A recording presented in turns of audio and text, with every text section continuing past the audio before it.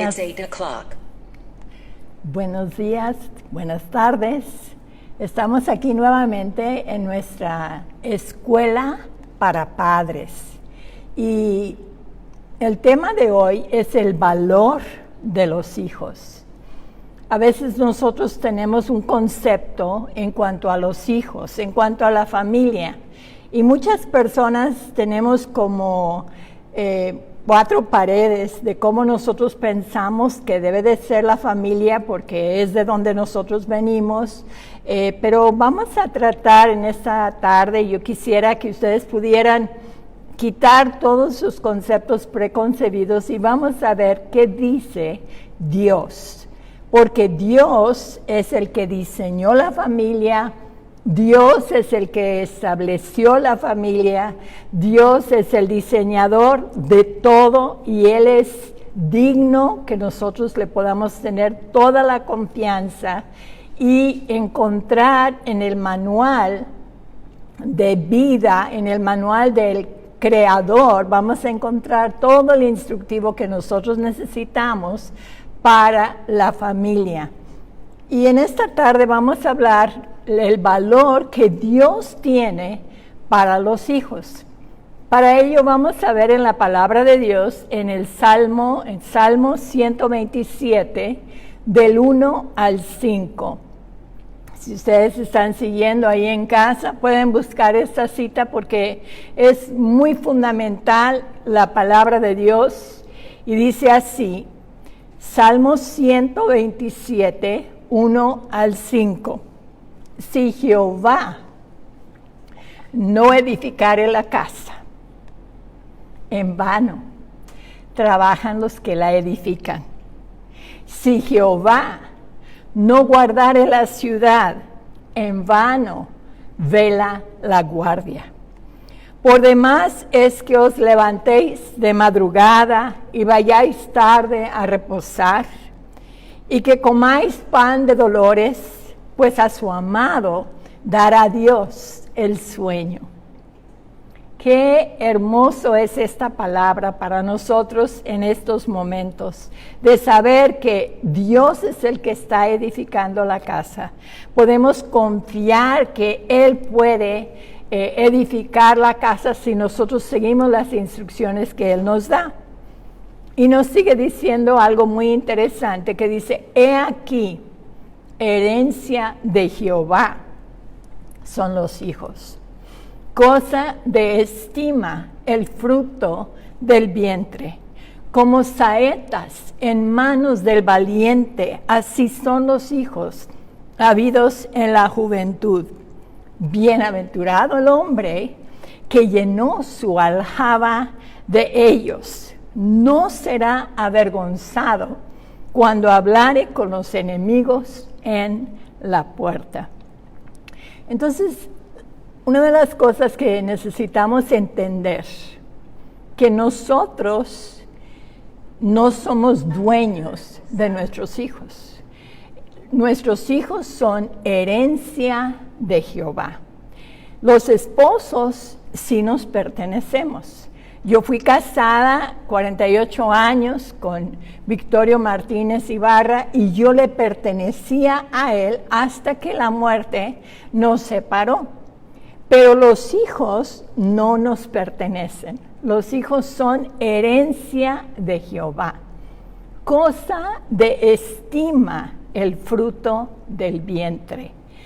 Cuando yo estaba teniendo mis hijos, tuve 5 hijos en 7 años, no podíamos saber cómo eran los bebés, pero hoy tenemos la oportunidad de ver el fruto del vientre. Este es un bebé en el vientre de 10 semanas.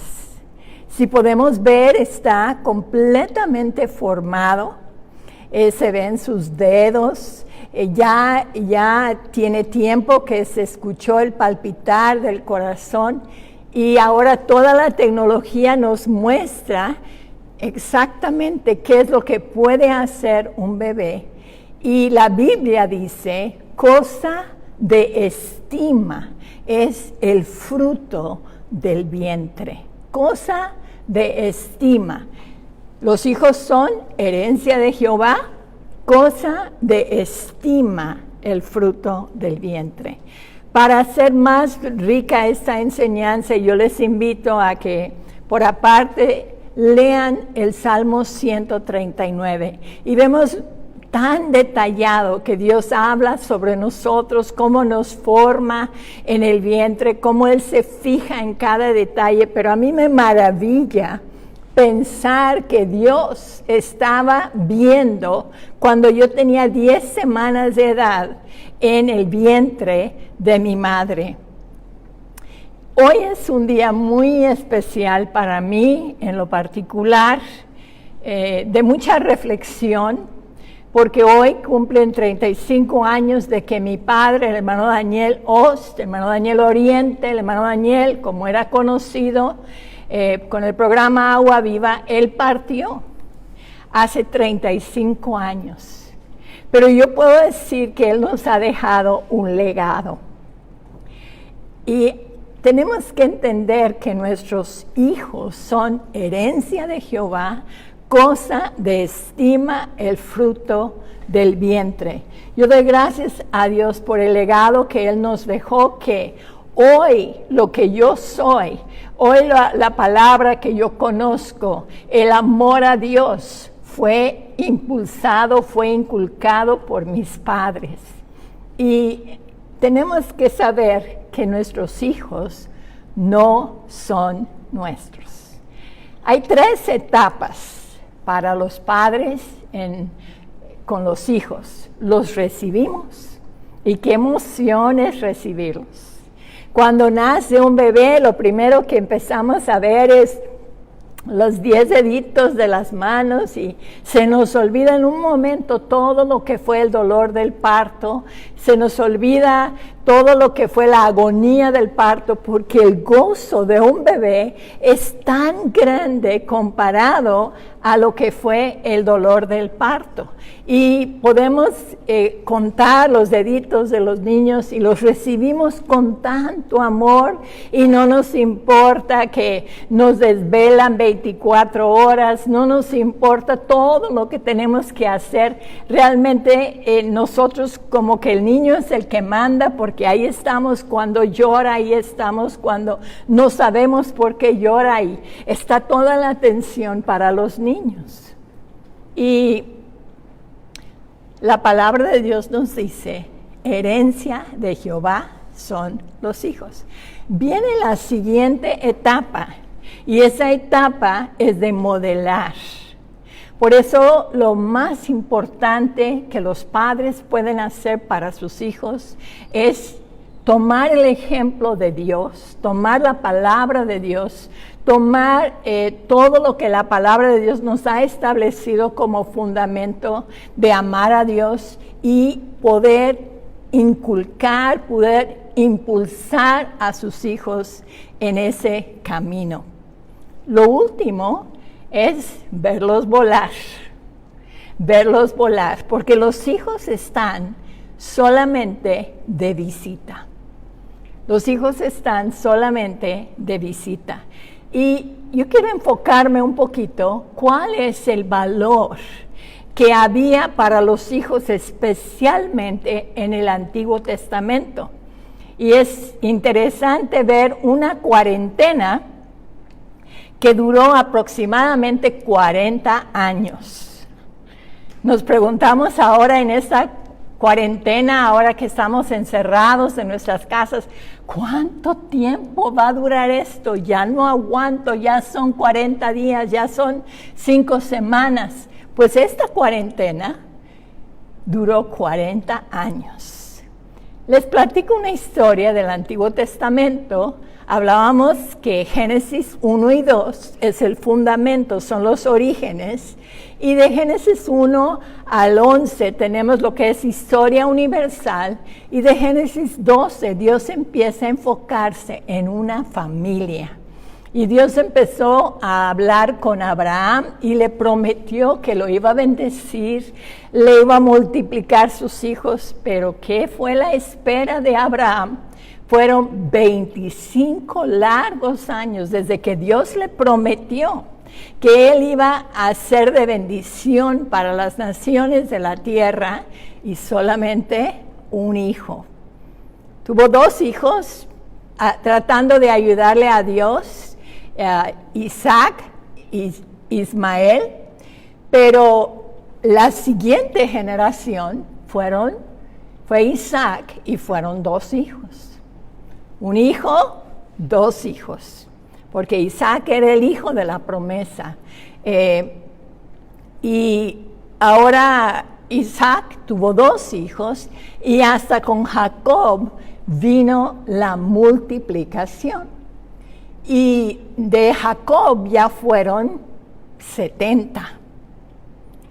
Y después pasó una etapa muy difícil, donde esta familia, que había sido muy bendecida y muy favorecida, se empezó a multiplicar, pero tanto que donde ellos estaban viviendo, el faraón tuvo miedo. Dijo, esta gente se está multiplicando tanto y vamos a tener que oprimirlos, vamos a tener que afligirlos. Y empezó una etapa para esa familia que aparentemente debería de ser bendecida, que debería de bendecir las naciones de la tierra. Qué sorpresa que ahora son esclavos. Y pasaron muchos años, 430 años, y llegó el momento de que estaban en una gran opresión, en una gran aflicción. Y pues si sabemos algunas historias de la Biblia, es la historia famosa de cómo Dios tenía preparado a Moisés para que él pudiera ser el libertador del pueblo de Israel de Egipto. En Egipto, el pueblo que había sido promesas de gran bendición, que ya habían pasado muchos años y parecía que Dios estaba sordo, parecía que Dios no se preocupaba de tanta opresión y tanto dolor. Ahora Dios levanta a un libertador y milagrosamente son sacados a través de un milagro tras otro, tras otro, tras otro. Fueron 10 plagas terribles que ustedes lo pueden leer en el libro de Éxodo. Para enriquecer esta parte de la historia, yo les invito a leer Éxodo 1, 2 y 3, los capítulos. Y si quieren sacarle todo el sabor, lean todo el libro de Éxodo para entender esto que les estoy diciendo. Finalmente, a través de muchas pruebas, muchas plagas, muchas situaciones difíciles, el pueblo de Israel fue puesto en libertad para ir a adorar a Dios, y Dios les da sus reglas. Dios establece cómo Él quiere que lo adoren. Él pone leyes, pone fiestas, les da todo lo que ellos necesitan para vivir una vida victoriosa, para vivir una vida amando a Dios, y parecía que todo iba muy bien.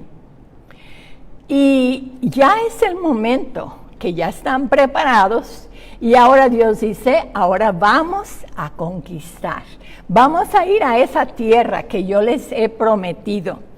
Y pues mandaron los mejores líderes, mandaron 12 líderes, uno para cada tribu del pueblo de Israel. Se establecía en 12 hijos, y cada hijo se llamaba toda su familia una tribu. Y en esa tribu escogieron a los mejores líderes y los enviaron para ver la tierra. Y van 12 y regresan los 12, y 10 vienen bien asustados y dicen, no, la tierra es buenísima. hay uvas y traían el racimo de uvas. Es una tierra que fluye leche y miel, pero hay gigantes. Y nosotros nos mirábamos como langostas al lado de los gigantes, y los gigantes nos miraban como langostas. 2 dijeron, sí podemos, sí se puede, adelante, vamos. Pero ganó la mayoría. 2 dijeron, sí se puede, 10 dijeron no. Y por la decisión de 10 líderes principales, vino una cuarentena inimaginable. Porque Dios dijo, no quieren obedecer. Entonces, no van a entrar a la tierra que yo les prometí. Yo me pongo a pensar, yo estoy ya llegando a los 70 años de edad, y yo me pongo a pensar, pues, solamente los de 20 años para abajo van a entrar a la tierra prometida, porque todos los que somos de 20 para arriba vamos a morir en el desierto. ¿Ustedes pueden imaginar esta cuarentena? Es interesante saber que en esta cuarentena la palabra de Dios nos dice que no se acabó la ropa. Hay gente ahorita que ya quiere ir de compras y dice, ya se me acabaron los zapatos, ya se me acabó la ropa, ya quiero otra moda. Pero dice en Deuteronomio 8:4, tu vestido nunca se envejeció sobre ti, ni el pie se te ha hinchado en estos 40 años. Y yo os he traído 40 años en el desierto. Ya es el final de la cuarentena, ya es el final de este encierro, en lo cual, después de estos 40 años, todas las personas de 20 años para arriba fallecieron. Todos vamos a morir un día. Y si sabemos que vamos a morir, cada día tenemos que tener un buen vivir, porque tenemos que vivir cada día al máximo. Pero aquí yo me pongo a pensar, ninguno de mis 5 hijos entrarían. Mis 2 nietas mayores no entrarían, porque son mayores de 20 años. Los únicos que entrarían serían mis nietos más pequeños. Entraría Simri, de 13 años. Entraría Kinsey, de 12 años. Entraría Kaira, de 11 años. Entraría Anya, de 8 años. Y entraría Mario Daniel, de 4 años. Por el lado de David y Cintia, entrarían nuestros nietos, que son Iker Santiago, de 8 años, que ya va a cumplir 9 y está bien emocionado, que ya va a cumplir 9 años. Entraría Cielo, que acaba de cumplir 4 años, y entraría nuestro bisnieto. Pero todos los demás, mis hijos, mis nietas mayores, mis yernos, mi nuera, mi nieto ya que se casó con nuestra nieta, nadie íbamos a entrar a la tierra prometida. ¿Por qué? Porque toda la generación de 20 años para arriba fue sentenciada a morir en el desierto. Es una cuarentena que podemos decir, ¿qué vamos a hacer durante este encierro? Solamente se pasaban de un lugar a otro, pero todos los días comían la misma comida, que era maná, que caía del cielo. Todos los días era suplida el agua a través de una roca que nada más le pegaron a la roca y brotó agua. ¿Qué harían ustedes por 40 años en un encierro, en una cuarentena, donde no hay oportunidad de salir de compras, ¿qué harían ustedes al pensar en mis hijos, en mis nietos? Que ellos sí van a tener la oportunidad de entrar a la tierra prometida. Bueno, lo que yo haría con mis nietos, con mis hijos, pero principalmente con mis nietos, todos los de 20 años para abajo, yo me pondría a contarles las historias. ¿Cómo qué historias les contaría? Pues les contaría la historia de las 10 plagas, les contaría cómo nos dieron toda la riqueza de Egipto, nos dieron el oro, nos dieron todo lo que necesitábamos, salimos bien provistos. Salimos y de repente nos encontramos con el Mar Rojo. Y todo el mundo a quejarse, todo el mundo a decir cómo va a ser esto. Pero Moisés, el líder, fue con Dios y le dice, Dios, ¿cómo vamos a hacer? Y Dios le dice a Moisés, yo le estaría platicando a mis nietos, Dios le dice a Moisés que extienda la vara. Y al extender la vara, se abrió el Mar Rojo. Algunos estiman que podía haber sido como unos muros muy altos, pero fue una cosa tan impresionante que el mar corrió un viento toda la noche y se secó el mar y pasaron en tierra seca. Mi papá siempre decía, y ahí los peces asomándose,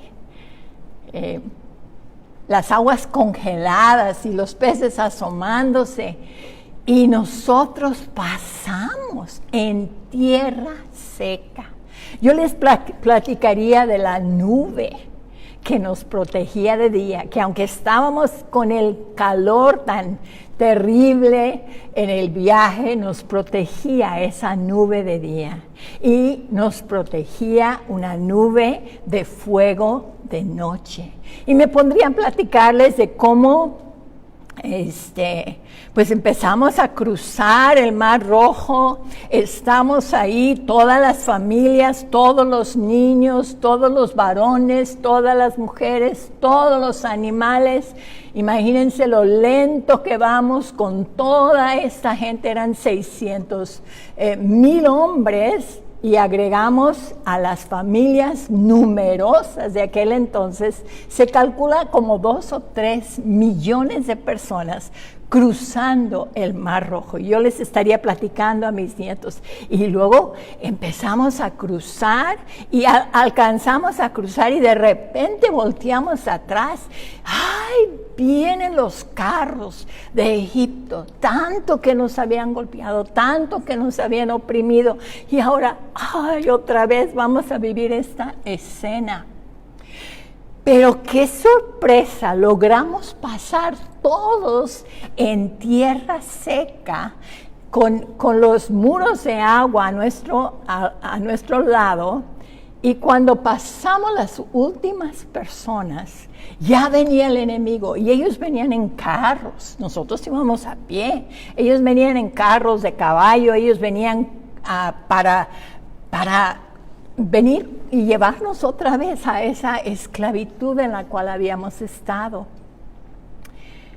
Pero qué sorpresa que de repente todas las aguas se regresaron a su lugar. Y al regresar las aguas a su lugar, todos esos carros, todos esos caballos, todo ese ejército de Faraón fue completamente destruido por la mano de Dios. Yo les platicaría a mis nietos que la única comida que teníamos era el maná. Y el maná tenía una característica tan interesante que pues parecía como una galleta salada, pero a la vez tenían que preguntar, ¿qué es esto? Pero todos los días llovía o quedaba como un sereno, como un rocío. Todos los días no faltaba el maná. Pero algunos éramos como bien listos y queríamos ir y queríamos, nos daba pereza y dijimos, vamos a recoger para 2 días, para no tener que estar recogiendo el maná todos los días. ¡Qué sorpresa! Que al recoger para 2 días, se engusanaba. Pero luego Dios decía, van a guardar el día de reposo, y el día de reposo van a recoger doble. Y qué sorpresa que no se engusanaba. Yo les estaría platicando a mis nietos esas historias. Y luego había una roca donde brotaba agua y Dios nos guardó, no se nos acabó la ropa, y yo les estaría platicando.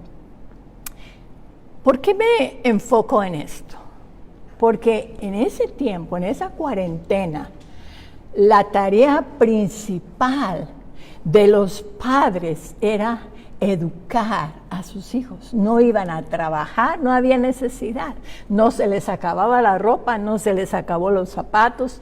Todos los días tenían comida y agua y solamente había 2 tareas. Una tarea era enseñarles a los hijos para levantar una generación diferente, una generación obediente, una generación dispuesta. Yo les estaría platicando a mis nietos y yo le diría a Simbri, ustedes van a tener otra oportunidad. Mira, la tierra prometida está, pero tremenda. Hay leche, hay miel, hay provisión, hay uvas, pero bien grandes. Trajeron los racimos, vimos los racimos que hasta lo tenían que cargar 2 varones de tan abundante que eran los racimos de uvas. Yo les estaría platicando todo lo que mis ojos habrían visto y les diría tristemente, pero un día, dentro de estos 40 años, es seguritito que me voy a morir. Porque yo no voy a tener oportunidad de entrar a la tierra prometida. Pero Simbri, tú sí. Kinsey, tú sí. Sandy, tú sí. Y vemos que 40 años después, que se acabó esa cuarentena y que murieron todas las personas de 20 años para arriba. O sea, todos los que eran de 20, 30, 40, 60, cuando Dios dio esa sentencia, todos iban muriendo. Y 2 tareas tenían: enterrar a los que iban muriendo. Todos los días eran lecciones objetivas, y al llevar a mi tío, a llevar a mi hermano a sepultar, yo les diría a mis nietos, mira, un día me van a llevar a mí, ya va tu tío, ya van tus abuelos, ya van todos ellos, y todos, incluyéndome a mí, voy a morir. Entonces, yo te quiero decir, todo lo que Dios nos ha dicho, amarás al Señor tu Dios. Estas palabras que yo te estoy enseñando, tú las vas a repetir a tus hijos. Y cuando llegan finalmente, 40 años después, ¿se imaginan 40 años que no se acabó la ropa? Que no se hincharon los pies. O sea, cada día era un milagro. Cada día era una maravilla, cada día ver el maná que caía, cada día ver el agua que brotaba, era algo vivo y real para decir a nuestras generaciones, ustedes sí van a tener otra oportunidad. Y yo te ruego, Simbri, yo te ruego, Santi, yo te ruego, Kinsey, créele a Dios, obedece a Dios. Ama a Dios, pon a Dios en primer lugar. Y vemos que esta es la generación que 40 años después muere Moisés y se levanta el líder que se llama Josué, que había sido siervo de Moisés por muchos años. Él fue uno de los que entraron. ¿Se imaginan nada más para Josué tener que vivir 40 años con toda esta gente y ver a todos los familiares morir. Solamente él y Caleb tuvieron un buen reporte y solamente ellos dos entraron a la tierra prometida que tuvieran 20 años, o sea, más de 20 años. Solamente Josué y Caleb, porque fueron los únicos dos que trajeron un buen reporte. Y entonces llega el momento de cruzar el río Jordán. Y el río Jordán se estaba desbordando, pero milagrosamente se abrió, o sea, se detuvieron las aguas y cruzaron el río Jordán. Y en Josué capítulo 1, para que puedan enriquecer este estudio, nos habla de que la gente le decía a Josué, todo lo que tú nos digas, lo vamos a obedecer. Qué diferente a esa generación mía que nos quejábamos por todo. Y a Dios le enoja la queja. Yo sé que estamos encerrados, yo sé que no podemos salir, pero tenemos que tener una actitud de gratitud. A Dios le enoja el que nosotros nos quejemos por una cosa, nos quejamos por otra, y no vamos a obedecer a Dios si estamos viendo todo lo que no tenemos. Esa generación terminó. Entonces, la tarea principal de los padres en ese tiempo era educar a sus hijos, era meter la palabra en ellos. Y nosotros como padres somos los únicos que podemos dejar legado a nuestros hijos. Yo doy gracias a Dios por el legado que nos dejó mi padre, de que nos ponía a memorizar cada semana un capítulo de la Biblia. Yo a veces me pregunto, ¿de dónde me sale tanta palabra? Pues nos tenía que entrar de una forma o de otra, pero estoy tan agradecida por la palabra que ellos nos enseñaron, por cómo teníamos que memorizar la palabra, porque la palabra es nuestro guía, la palabra es la instrucción de Dios. Ahora, hablando sobre este capítulo de Salmo 127, la historia es que se acabó la cuarentena, pero todos los de 20 años para arriba ya no estamos en escena. Ahora solamente es la generación que empezaron de 20 para abajo. Ahora la persona mayor, que tenía 20 en aquel entonces, tiene 60 años, 40 años de ver la fidelidad de Dios. Pero ahora van ellos a la conquista.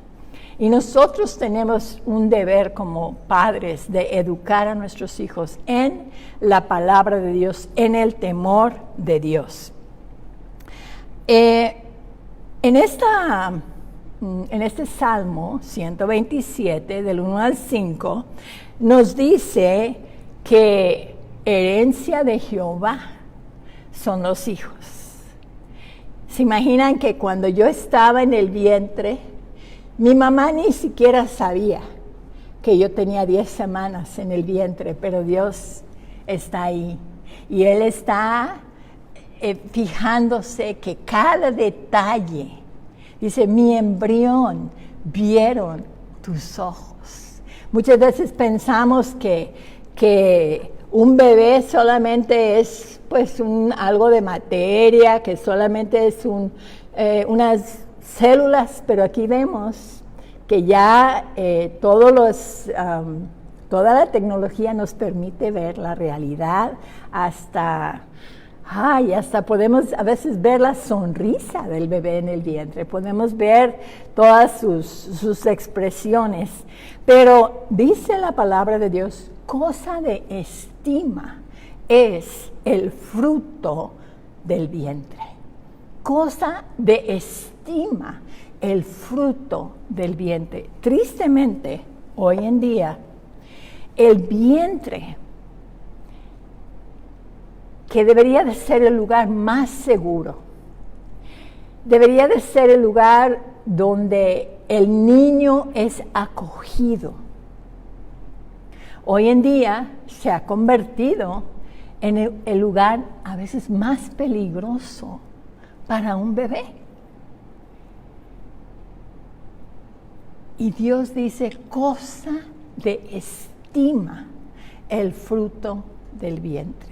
Yo me he preguntado por qué el embarazo es de 9 meses. Como les digo, mi esposo y yo tuvimos 5 hijos. Tuve 5 hijos en 7 años. Así que los tenía así como de escalerita. Y podía Dios haber hecho que fuéramos como los conejos o que fuéramos como los peces, que el periodo de gestación fuera más corto. Pero qué importante es el tiempo en el vientre.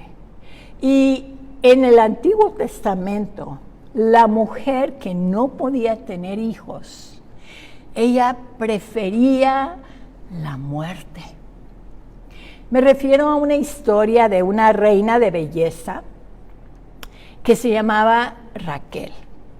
Ella era tan hermosa que aunque estaba cuidando las ovejas, un día la ve Jacob y le da el flechazo de amor y dice, con esta mera me caso yo. Y pues llega bien emocionado, que quiere casarse con ella, y el suegro pues dice, ve aquí una oportunidad, y dice, sí, te la doy, pero vas a trabajar 7 años. ¿Cómo sería para hoy en día que el suegro futuro dijera, ¿quieres a mi hija? Pues que te cueste. Vas a trabajar 7 años, vas a trabajar 5 años. Hoy en día, pues hasta se van, ¿verdad?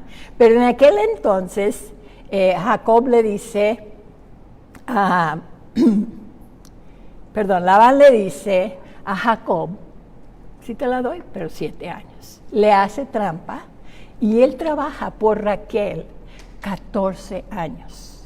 Raquel es una mujer hermosa, es una mujer tan amada y es una mujer pues que pues tenía riqueza. Podría decir que Raquel tenía todo lo que una mujer pudiera desear, pero ella no podía tener hijos. Y era el dolor más grande. Y yo sé que ahorita estoy hablando con cuántas mujeres que anhelarían tener hijos. El tema de la esterilidad, el tema de no poder tener hijos, el tema de abortar involuntariamente es un dolor incalculable. Yo digo que tengo 9 nietos, pero realmente tengo 11, porque 2 están en el cielo y 9 aquí en la tierra. Somos 8 hermanos, pero una está en el cielo y los 7 estamos aquí en la tierra, de los hijos naturales de mis padres. Entonces, cuando se pierde un bebé, qué dolor. Cuando no se puede tener un bebé, qué dolor. No hay nada que llena.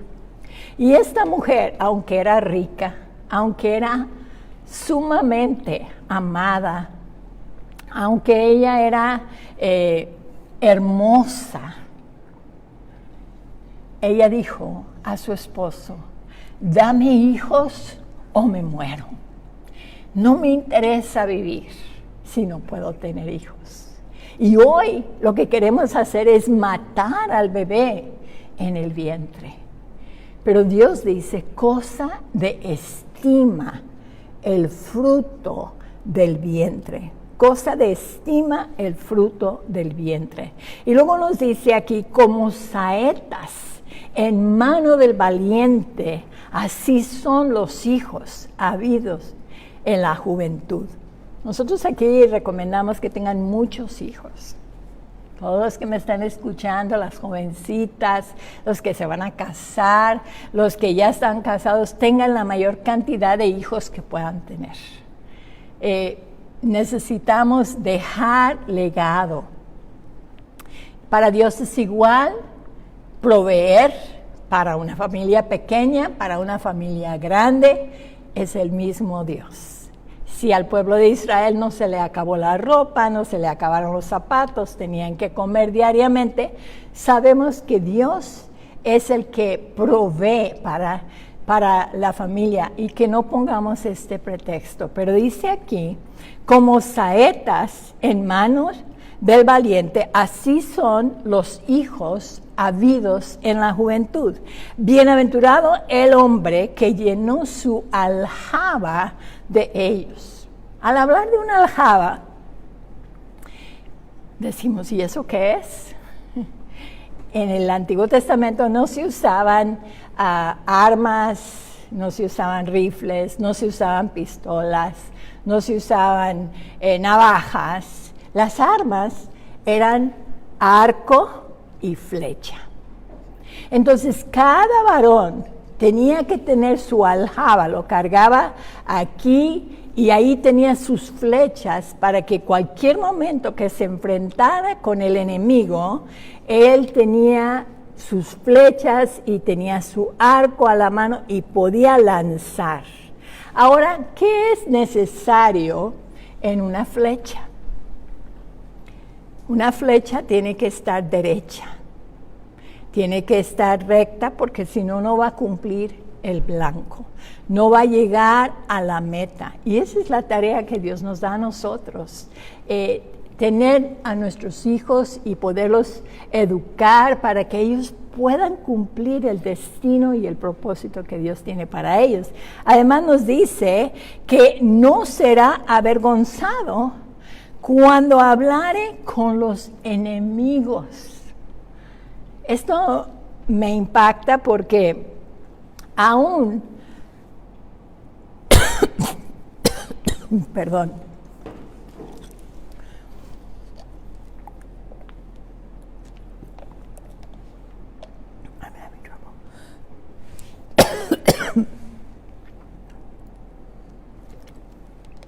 disculpen, aún los hijos habidos en la juventud, los hijos que son como saetas en manos de valiente, harán que el padre no quede avergonzado aún en frente de los enemigos. Las madres amamantaban de 2 a 4 años. La historia la tenemos en Samuel, donde vemos que Ana no podía tener familia y ella le rogó a Dios muchos años y finalmente Dios le da un hijo y ella le había prometido que este primer hijo se lo iba a entregar a Dios. Y cuando ya estuvo destetado, más o menos la edad de 4 años, ella va y lo deja en el templo bajo el cargo de Elí. Más o menos 2 a 4 años. Y volvemos a nuestra historia de Raquel. Finalmente Dios escuchó el clamor de Raquel. Pero ¿qué hijos tuvo Raquel? Quiero hablarte de la importancia del bebé en el vientre. Ella tuvo un hijo que tuvo muchos problemas. Era un gran soñador. Fue el hijo predilecto de papá, sufrió pues por ese favoritismo que tuvo el papá, sufrió el menosprecio de sus hermanos, nunca pudo tener una buena relación, una sana relación con sus 11 hermanos. Pero cada vez que José enfrentaba una dificultad, lo vendieron. Y dice la palabra de Dios, Jehová estaba con él. Lo llevaron a Egipto, llegó a estar en la casa de Potifar y lo difamaron. Jehová estaba con él. Lo pusieron en la cárcel siendo inocente. Jehová estaba con él. Y yo me pregunto, ¿dónde podría ser que José tenía esa confianza pase lo que pase, venga lo que venga. Algo que yo estoy muy agradecida con Dios es de que mi madre, a todos nuestros 7 hermanos, ella nos amamantó. Y ella, mientras que nos amamantaba, ella tomaba ese tiempo como nada más para nosotros, para estarnos hablando. No era como que estaba distraída viendo el celular. Ella estaba ese tiempo con nosotros. Y qué hermoso es como Dios acomoda que el bebé esté a los pechos de la madre, donde ella puede estarlo viendo, donde ella le puede estar diciendo lo hermoso que es, donde puede haber esa relación que nunca va a haber la misma cercanía como en el vientre, como en el momento de amamantar. Y aún Jesús habla en el Salmo 22, dice, habla de Jesús desde el Antiguo Testamento, dice, pero tú eres el que me sacó del vientre, el que me hizo estar confiado desde que estaba a los pechos de mi madre. Y qué bonito es pensar de los niños hoy en día. Por ejemplo, tenemos a Joelito, que es un bebé que va a cumplir 10 meses, es nuestro bisnieto. Él no se preocupa absolutamente nada de todas las malas noticias, él no sabe nada, él nada más sabe sonreír, él nada más sabe dar brazos, él nada más sabe jugar, él nada más se está aventurando a caminar. ¿Por qué? Porque un bebé a los brazos de la madre es confiado.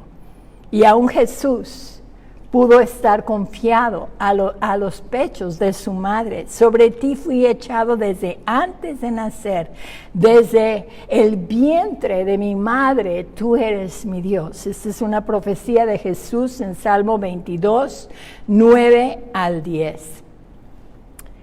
Y hablamos, bueno, ya sabemos que más o menos José después llegó a ser el segundo gobernador de Egipto.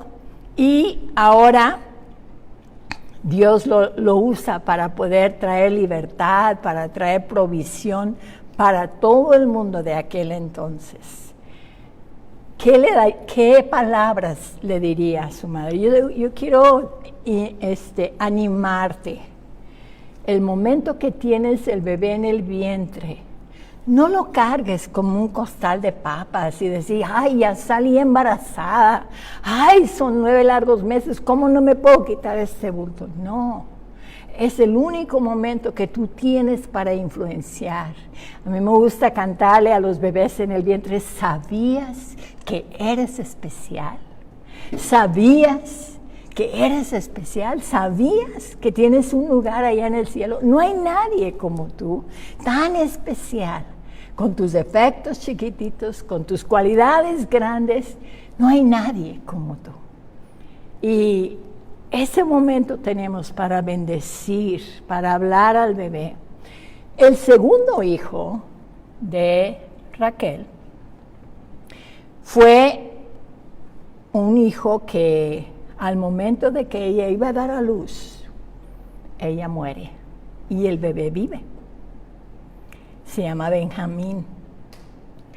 Y si vamos más adelante, hasta el Nuevo Testamento, vemos a un hombre tan usado por Dios, que se llamaba el apóstol Pablo, que él estuvo en cuarentena en muchas ocasiones. Él estuvo en la cárcel y en la cárcel escribió varios libros que hoy, por ejemplo, el libro de Filipenses nos dice que debemos de regocijarnos en el Señor. Y él lo dice desde la cárcel. Dice, regocíjate y te ordeno que te regocijes. Y nosotros podríamos decir de Romanos capítulo 8, yo les invito a leer Romanos capítulo 8, hay tantas promesas en Romanos capítulo 8 que nosotros podríamos decir, ay, apóstol Pablo, ¿cómo me bendices? ¿Cómo tus palabras me llenan el corazón? Y tal vez el apóstol Pablo diría, no me agradezcan a mí, sino a mi tártara, tártara abuela, que dijo, dame hijos o me muero. Estaba Abraham, Isaac, Jacob, y ella sabía que si ella no tenía hijos, no iba a ser parte de toda esa bendición y todo ese legado tan especial. Vemos que al estar en los 40 años en el desierto, la única responsabilidad era cuidar a los hijos.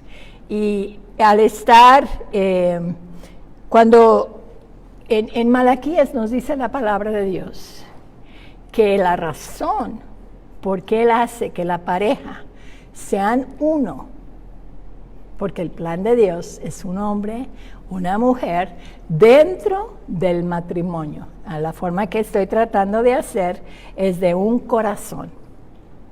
Un hombre, una mujer, dentro del matrimonio. ¿Por qué? Porque Dios busca descendencia para Él. Qué honor y qué privilegio que Dios nos encomienda hijos para prepararlos para Él. Vamos a estar viendo posteriormente el valor que Jesús tenía para los niños. Pero yo quiero que en esta noche tú puedas pensar, ¿por qué Dios me ha dado hijos? Y que tú puedas saber que esos hijos son almas eternas, que nadie va a ser responsable por ellos más que tú. Si eres madre sola, si eres una adolescente embarazada, o ya eres adolescente y ya tienes bebé, tú eres responsable, tú le vas a dar cuenta a Dios de esos hijos. Mi esposo y yo hemos viajado en muchos países y siempre la petición más frecuente que nos hacen en todas las naciones, hermana, por favor, ore por mis hijos, ore por mis hijos. Y yo les contesto, pues hermana, con los míos tengo, son 5. Tengo 2 yernos, tengo una nuera, tengo 9 nietos, tengo un hijo, una nieta casada, entonces tengo un nieto adoptado, tengo un bisnieto, con los míos tengo. Porque cada quien somos responsables de nuestros hijos. Y Dios quiere a través de nuestros hijos levantar una generación para Él. En Malaquías capítulo 4, versículo 6 nos dice, Él hará volver el corazón de los padres hacia los hijos y el corazón de los hijos hacia los padres.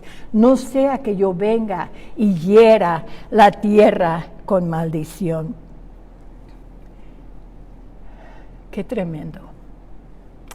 Lo que quiero ayudarte a entender, que tu trabajo principal son tus hijos. Es un ratito que los vas a tener. Aprovecha este tiempo de enseñarles la palabra de Dios, de vivir un ejemplo delante de ellos, que ellos pueden ver que tú confías en Dios, ellos pueden ver que tú te apropias de las promesas de Dios, ellos pueden ver que tu fundamento es la palabra de Dios, tú te guías por lo que dice la palabra de Dios, tú te preocupas de que Dios sea el que edifique la casa, que Dios sea el que edifica la ciudad. Y lo que quiero, espero que puedan entender esta parte. Hoy muchos no pueden salir a sus trabajos. Y decimos, ay, no puedo ir a mi trabajo. Si me permites, tu trabajo principal son tus hijos. Todo lo demás, la jornada laboral, es una interrupción a tu trabajo principal. Porque lo único eterno que tienes son tus hijos.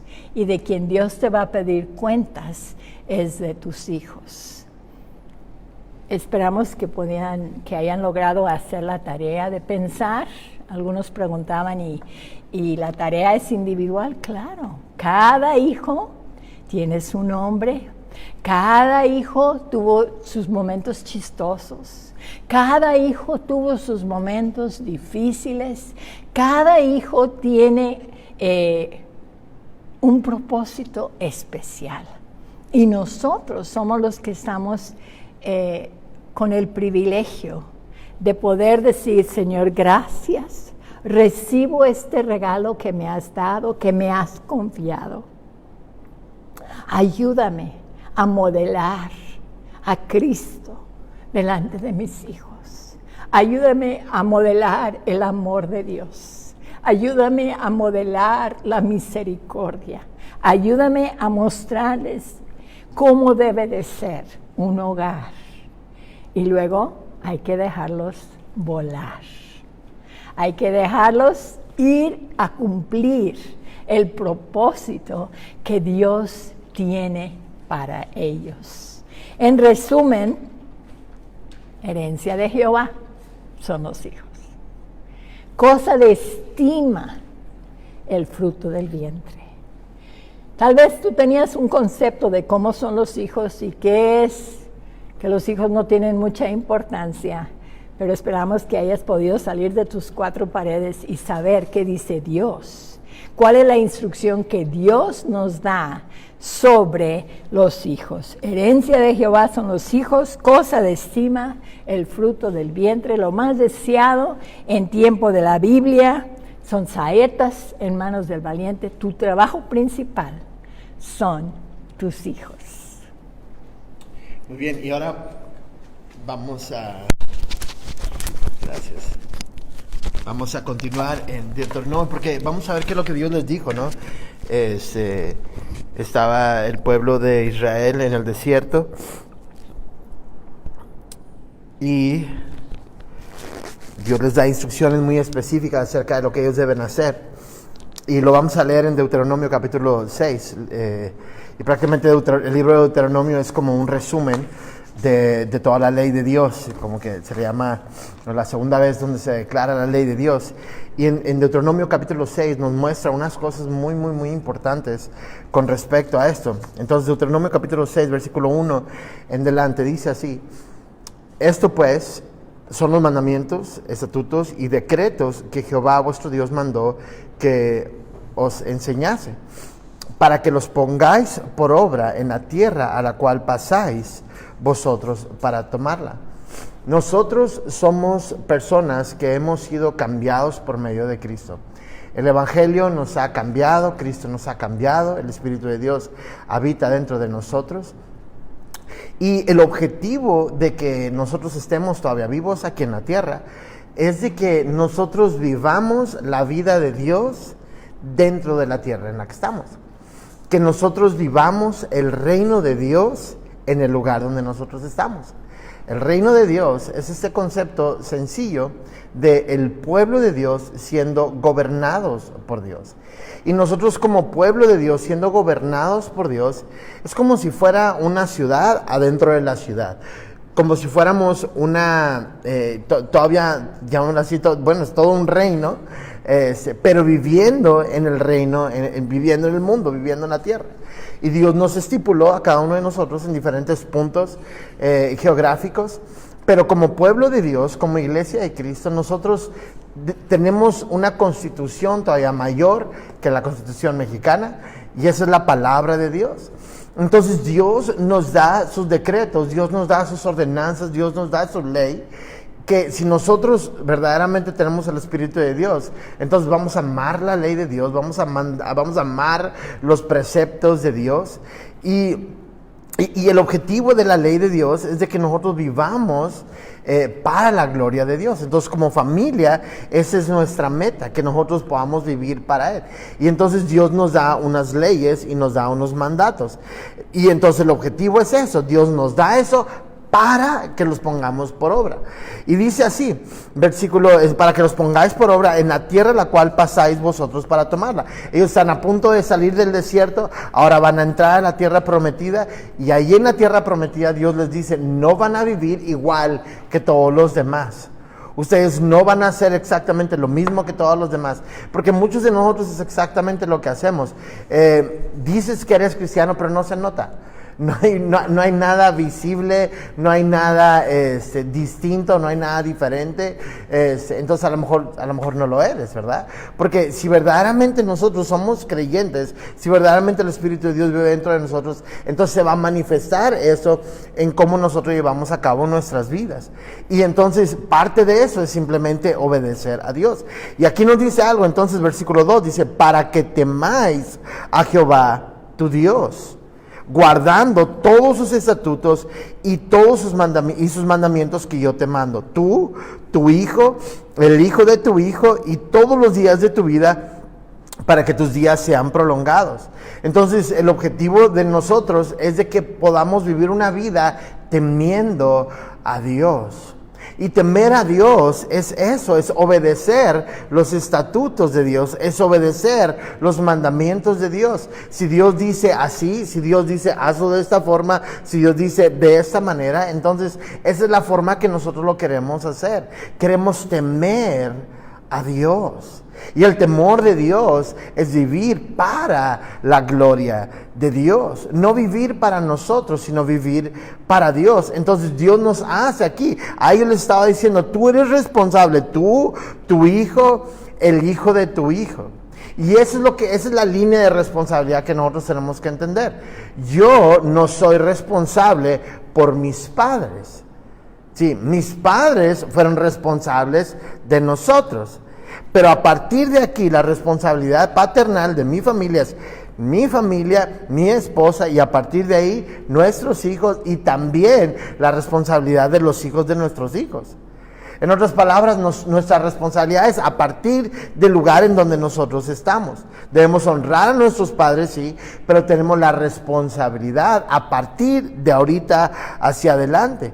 ¿Y cuál es el objetivo de eso? ¿Qué es lo que Dios quiere? ¿Para qué nos da su ley? ¿Para qué nos da sus mandatos? ¿Para qué? Para que nosotros temamos a Jehová. Vivamos en este mundo temiendo a Dios. Que lo que gobierna nuestra vida, lo que gobierna nuestras decisiones, lo que gobierna la cultura de nuestra familia, sea Dios. Y ese es el objetivo.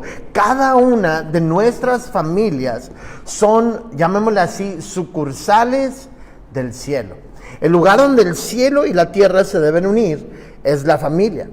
Y aquí en esto, el hombre amando a su esposa, la mujer respetando a su marido, sometiéndose a su marido, y los hijos obedeciendo a los padres, todos perteneciendo a una familia también de Dios, que es la iglesia de Cristo. Pero en medio de todo esto, Dios nos está dando la oportunidad de que nosotros podamos glorificarle a Él. Y que seamos este lugar donde el cielo y la tierra literalmente se unen. Tú tienes que considerar eso, que tu hogar es una sucursal del cielo. Es el lugar donde el reino de los cielos está ejerciendo la completa jurisdicción. En otras palabras, el reino de los cielos se está viviendo. Así como se vive en el cielo, también se vive en la tierra. ¿Dónde? En nuestro hogar. Por eso es que es bien importante saber que nuestro hogar gobierna Dios. El rey es Dios. ¿Y qué es lo que rige eso? Pues el temor a Dios. El temor a Dios es lo que rige nuestras vidas, y de esa forma nosotros estamos obedeciendo los mandatos de Dios. Versículo 3 nos dice algo. Oye pues, oh Israel, cuida por ponerlos por obra para que te vaya bien en la tierra que fluye leche y miel, y os multipliquéis, como te ha dicho Jehová, el Dios de tus padres. Eso es lo que Dios les había prometido a ellos. ¿Quieres que te vaya bien? Entonces obedece estos mandatos. Y eso es lo que tenemos que darnos cuenta. Si Dios pone reglas, si Dios pone estatutos, son para nuestro bien, son para el desarrollo de nosotros como sus hijos. Tenemos que poner nosotros a pensar como padres, ¿verdad? ¿Por qué ponemos nosotros reglas? ¿Por qué les decimos no? Yo me he dado cuenta que a la persona que más le digo no, bueno, son dos personitas, uno es Santi y otro es Cielo. Y es no. Mucho más que sí, me estoy dando cuenta que les digo, no hagas eso, no hagas aquello. Y alguien podrá decir, pues es que está poniendo demasiados límites, y es que no está dando libertad a sus hijos, etcétera, etcétera. No, pero como padres, nuestro objetivo es ese, poner límites. ¿Para qué? Para el desarrollo de ellos, para que ellos estén bien. Y eso es lo que nosotros queremos, ese es nuestro gran anhelo. Poner reglas, ¿para qué? Para que ellos estén bien, para que estén protegidos. De la misma forma, Dios establece sus reglas y sus mandatos, ¿para qué? Para que nos vaya bien. Son formas de protegernos a nosotros como sus hijos. Entonces Dios les dice, para que ustedes vayan y hagan eso, ¿verdad? Se les vaya bien. Y ahora Él dice, el versículo 4, oh Israel, Jehová nuestro Dios, Jehová uno es un Dios. Y aquí nos dice el primer mandamiento, y amarás a Jehová tu Dios de todo tu corazón, de toda tu alma y con todas tus fuerzas.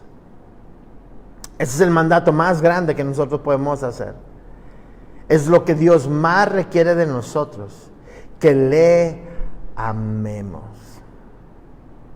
Aquí está la gran diferencia entre las personas que verdaderamente conocen a Dios y las personas que conocen acerca de Dios. Las personas que están viviendo verdaderamente en Cristo y las personas que están viviendo solamente una religión. Porque tú puedes hacer cosas, tú puedes obedecer, pero la obediencia no te hace hijo. Sí, pero no puedes ser hijo sin obedecer tampoco. Entonces, cuando verdaderamente eres hijo de Dios, entonces tú vas a estar inclinado a obedecer a tu Padre. ¿Por qué? Porque le amas. Porque le amas. La razón por la cual nosotros obedecemos a Dios es porque le amamos. Y el mandato más grande que nosotros que debemos nosotros cumplir es ese, amar a Dios. Pero no es nada más amarle con nuestras palabras, sino que aquí nos dice, de todo tu corazón, de toda tu alma y con todas tus fuerzas. En otras palabras, no puede haber nada ni nadie que tú ames más que a Dios mismo. Y por eso nosotros queremos amarle con todo el corazón. Incluso a Jesús, cuando le dijeron cuál es el más grande mandamiento, Él estaba citando este. Y amarás a Jehová tu Dios con todo tu corazón, con toda tu alma, con toda tu mente y con todas tus fuerzas. Vemos que Cristo aquí añade esa última palabra, la mente. Entonces así debemos nosotros amar a Dios, primeramente con todo el corazón. Y hacerlo con todo el corazón es buscarlo con todo el corazón, obedecerlo con todo el corazón, vivir para Él con todo el corazón. Y darnos cuenta que la misión que nosotros tenemos, ahorita una de las grandes oportunidades que nosotros estamos teniendo es una gran oportunidad de enfocarnos en lo que es importante, que es nuestra familia. De cierta forma, alguien dirá, no, pues creo que fue C.S. Lewis que escribió en su libro pequeño que se llama Cartas del Diablo a su sobrino. Y era un libro de sátira, y él estaba escribiendo y Satanás estaba muy contento de poder decir, bueno, cerré tantas iglesias, ¿verdad que sí? Y como que Dios dice, pues no es cierto, ¿verdad? Se abrieron muchísimas más. Y en otras palabras, nuestras casas se convirtieron en iglesias. Y eso es lo que estamos nosotros aprovechando ahorita, que nuestros hogares, nuestro enfoque, tú tienes que pastorear muy bien tu hogar. Tú eres pastor de tu casa. De repente nosotros decimos, es que el pastor no me ha venido a ver, ¿verdad? Hermano, tú eres el pastor de tu hogar. Tú eres el pastor. Y ahí tienes tu esposa, tienes tus hijos. Y es el rebaño que Dios te ha dado y tú eres el responsable de ese rebaño. Y tú a lo mejor antes decías, es que no tenemos tiempo. Bueno, ahora tienes tiempo. No podemos dar nosotros excusas.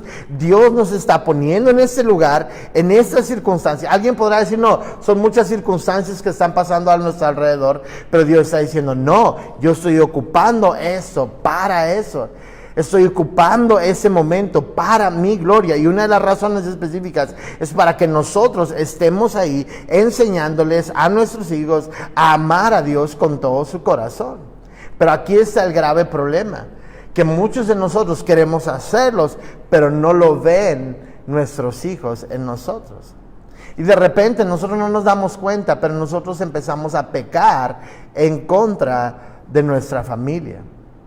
Y nosotros tenemos que aprender a reconocer cuáles son algunos de estos pecados. El otro día, la verdad, me dio muchísima vergüenza, pero mi hijo Santi me dice, papá, te quiero dar un reto. Y yo, sí, ¿cuál, Santi? Que no uses tu celular por todo un día. El primero yo dentro, achis, como que quiere saltar, ¿verdad? El orgullo dentro de mí, Santi, yo soy el papá y bla, bla, bla, bla, bla. Sí, papá, un día nada más. Entonces, primeramente Dios, este próximo sábado es el día que no vamos a usar el celular. Qué grueso, ¿no? Él está viendo, estoy expuesto ante Él está viendo mis pasos, Él está viendo lo que yo estoy haciendo y a lo mejor ante otras personas solamente ven ciertos aspectos de nosotros, pero nuestros hijos ven verdaderamente todo lo que hay adentro de nosotros. Entonces, el grave problema, el grave error para muchos de nosotros es predicar a Cristo con nuestra boca, pero no hacerlo con nuestro ejemplo. Y aquí se tienen que juntar los dos.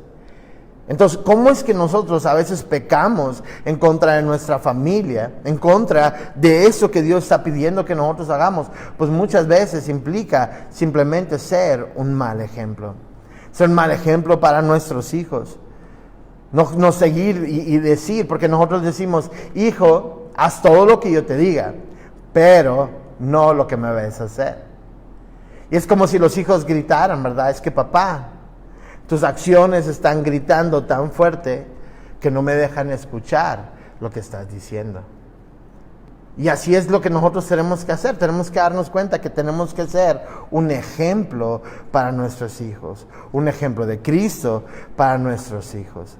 Un ejemplo de Dios para nuestros hijos.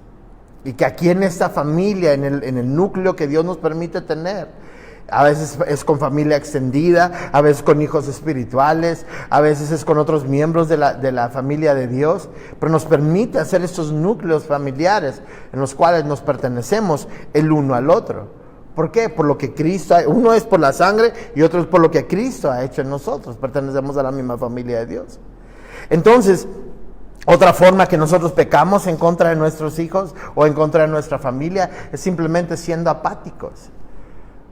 En las palabras nos metemos en nuestro mundo, nos metemos, y sí, esa es la cuestión. Muchos de nosotros siempre hacíamos eso, ¿verdad? Llegamos a nuestra casa y siempre llegamos cansados, siempre, eso es como lo que todos dicen, ¿verdad? Es que estoy cansado, ¿verdad? Llego a mi casa y estoy cansado, y es que no tengo tiempo, y es que es difícil, y es que, entonces simplemente llegas a tu casa y estás cansado todo el tiempo.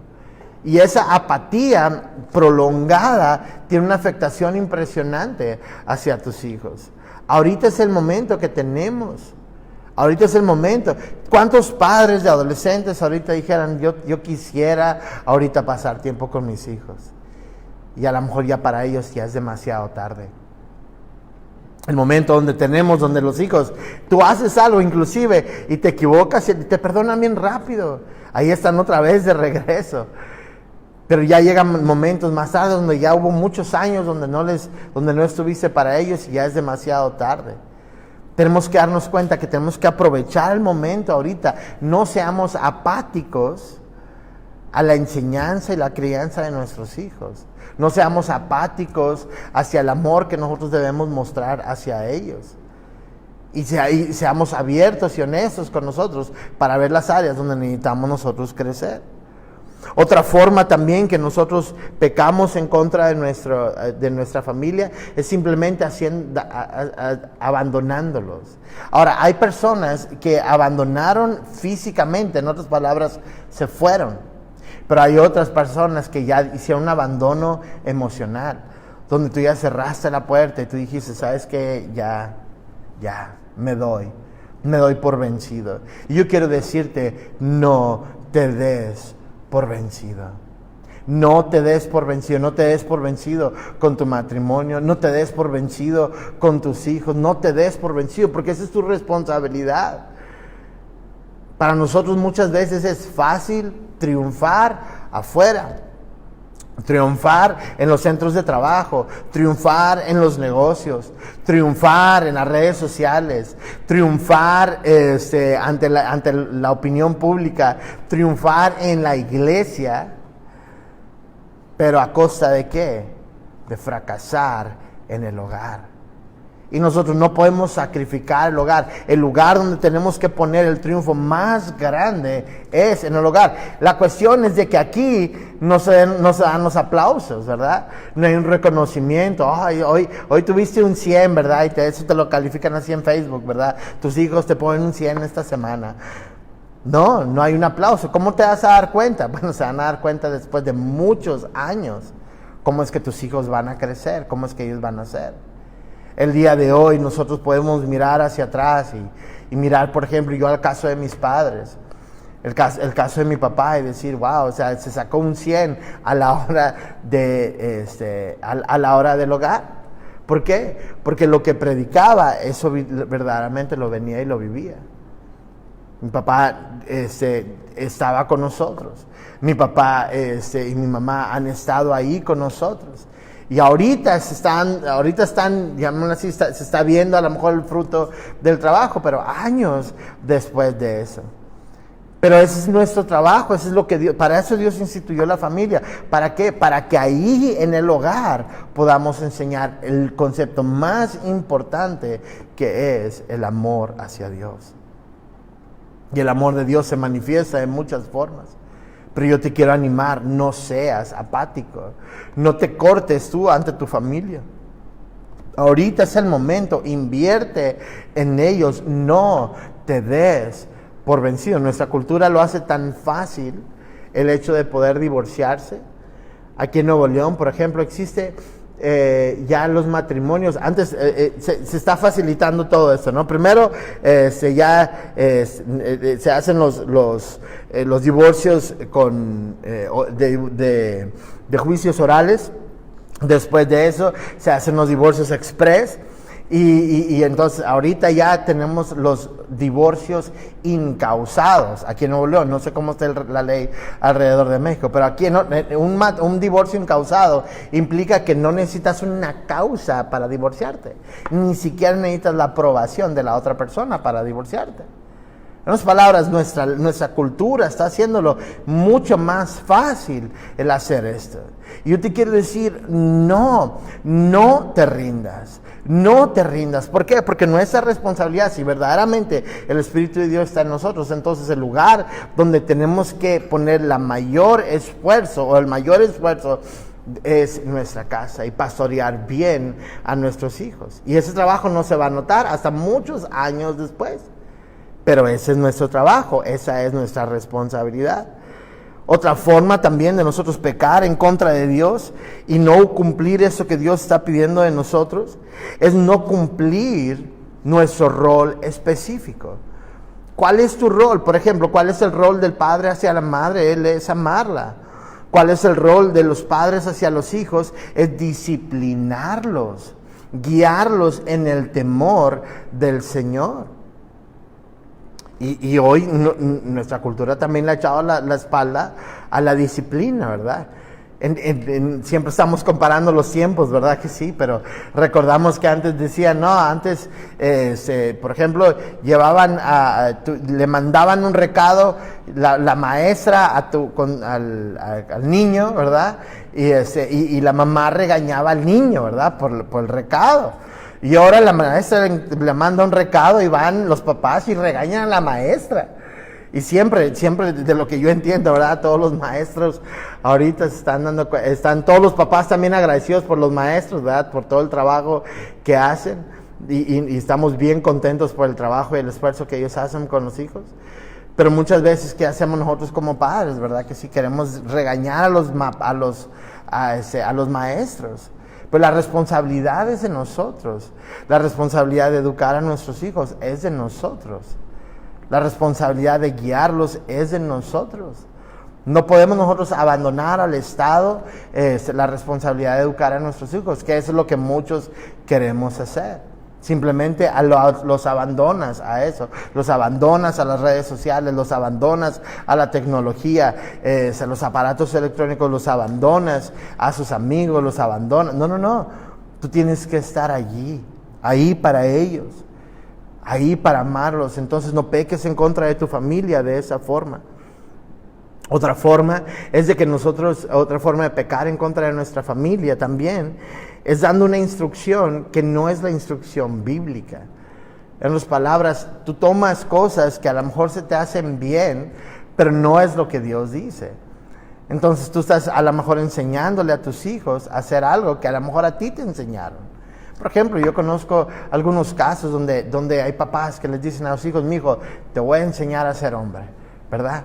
Y después de eso ya los llevan a un prostíbulo. ¿Para qué? Para que sus hijos sean hombres, ¿verdad que sí? ¿Y qué estás haciendo? Estás destruyendo a tu hijo, estás destruyendo la mente de tu hijo. No, nosotros tenemos que ir y guardar y ayudarles a mantener su mente sana. ¿Y por qué? Porque estás tomando cosas, a lo mejor es que a mí me enseñaron así. No, tú tienes que conocer la palabra de Dios. Y la palabra de Dios es la que tienes que instruirle a tus hijos. Y la palabra de Dios se instruye a través de la lectura, a través de la memorización, a través de la oración, a través del ejemplo, a través de una vida de obediencia a eso.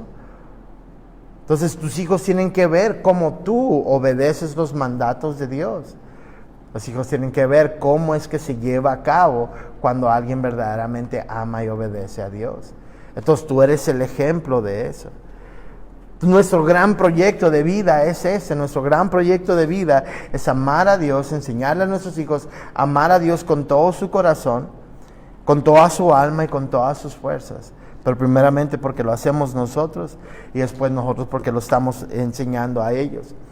Versículo 7 dice: y las repetirás a tus hijos y hablarás de ellas estando en tu casa y andando por el camino y al acostarte y cuando te levantes, y las atarás como señal en tu mano y estarán como frontales en tus ojos, y las escribirás en los postes de tu casa y en tus puertas. Entonces, sí, ¿verdad? Es el mandato más grande, es amar a Dios con todo nuestro corazón. Y después de eso, ¿qué vas a hacer? Vas a tomar esas palabras y las vas a repetir a tus hijos. ¿Dónde? Hablarás de ellos cuando estás en tu casa, cuando andas por el camino, al acostarte, cuando te levantes. Las atarás como señal a tu mano. En otras palabras, siempre la palabra de Dios es la que debería estar siendo reflejada. Siempre la palabra de Dios es la que deberíamos nosotros estar enseñándoles a ellos. Constantemente, por tenerlos en las casas, en los postes, en las puertas, en las paredes de las casas. Siempre estar hablando acerca de esto. El mandato de Dios. ¿Para qué? Porque nuestra gran meta es de que algún día nuestros hijos puedan decir: yo sigo y amo al Dios de mis padres. Porque es el ejemplo que yo vi y ahora ellos aman al Dios de sus padres. En otras palabras, fue real para sus padres y ahora ellos están amando y sirviendo a Dios. Y qué mayor alegría nosotros poder mirar hacia atrás y decir: ahora nuestros hijos también aman a Dios con todo su corazón. El mayor regalo, me imagino, que como padres es mirar eso, saber que sus hijos siguen sirviendo a Dios. Ese es nuestro gran anhelo, Cintia y yo, nuestro gran anhelo de que Santi y Cielo amen a Dios con todo su corazón. Y hoy nosotros también podemos mirar a nuestros padres y decir: yo amo y sirvo al Dios de mis padres. Y ese amor va a seguir generación hacia generación, si es genuino y si es real. Entonces vamos a servir a Dios y vamos a amar a Dios y vamos a servir a nuestras familias. Vamos a solamente a aclarar algunos puntos aquí con respecto a las tareas y con respecto a cómo vamos a estar llevando las actividades con esto. Bueno, pues como bien nos enseña la palabra y nos anima a que nosotros no solamente seamos oidores, sino que seamos hacedores de la palabra, y esa es nuestra recomendación para todos ustedes, que nosotros aprendamos ahora el reto es llevarlo a cabo, llevarlo a la práctica. Bueno, hay algunas preguntas o dudas respecto a las tareas y cómo es que nosotros vamos a estar trabajando en este curso de padres. Miren, la tarea de ayer pues eran 4 preguntas que ustedes iban a escribir y después hablarlo con sus hijos. Ok, de ahora en adelante todas las clases su tarea es escribir aquí en los comentarios de cada video, de cada clase. Ustedes van a escribir en los comentarios con qué se quedan, un breve resumen de la clase. Al finalizar el curso, es decir, después de las 10 clases, ahí ustedes van a hacer un video explicando un poco más amplio qué es lo que aprendieron del curso y cómo lo ponen en práctica. Lo van a subir a su muro y van a etiquetar al Instituto Ministerial Calvario. Eso es solamente al finalizar el curso, después de las 10 clases. Diario va a ser solamente que ustedes escriban en los comentarios con qué se quedan de la clase. ¿Ok? Si tienen alguna duda, alguna pregunta, pues escríbanos y lo más pronto que podamos vamos a estar pendientes en poder responder todas sus dudas. Y aquí estamos para servirles. Gracias por ver la clase número 2. Nos vemos el día de mañana, la clase número 3, cómo la iglesia y el mundo ve a los niños. Aquí nos vemos el día de mañana a las 8 de la noche.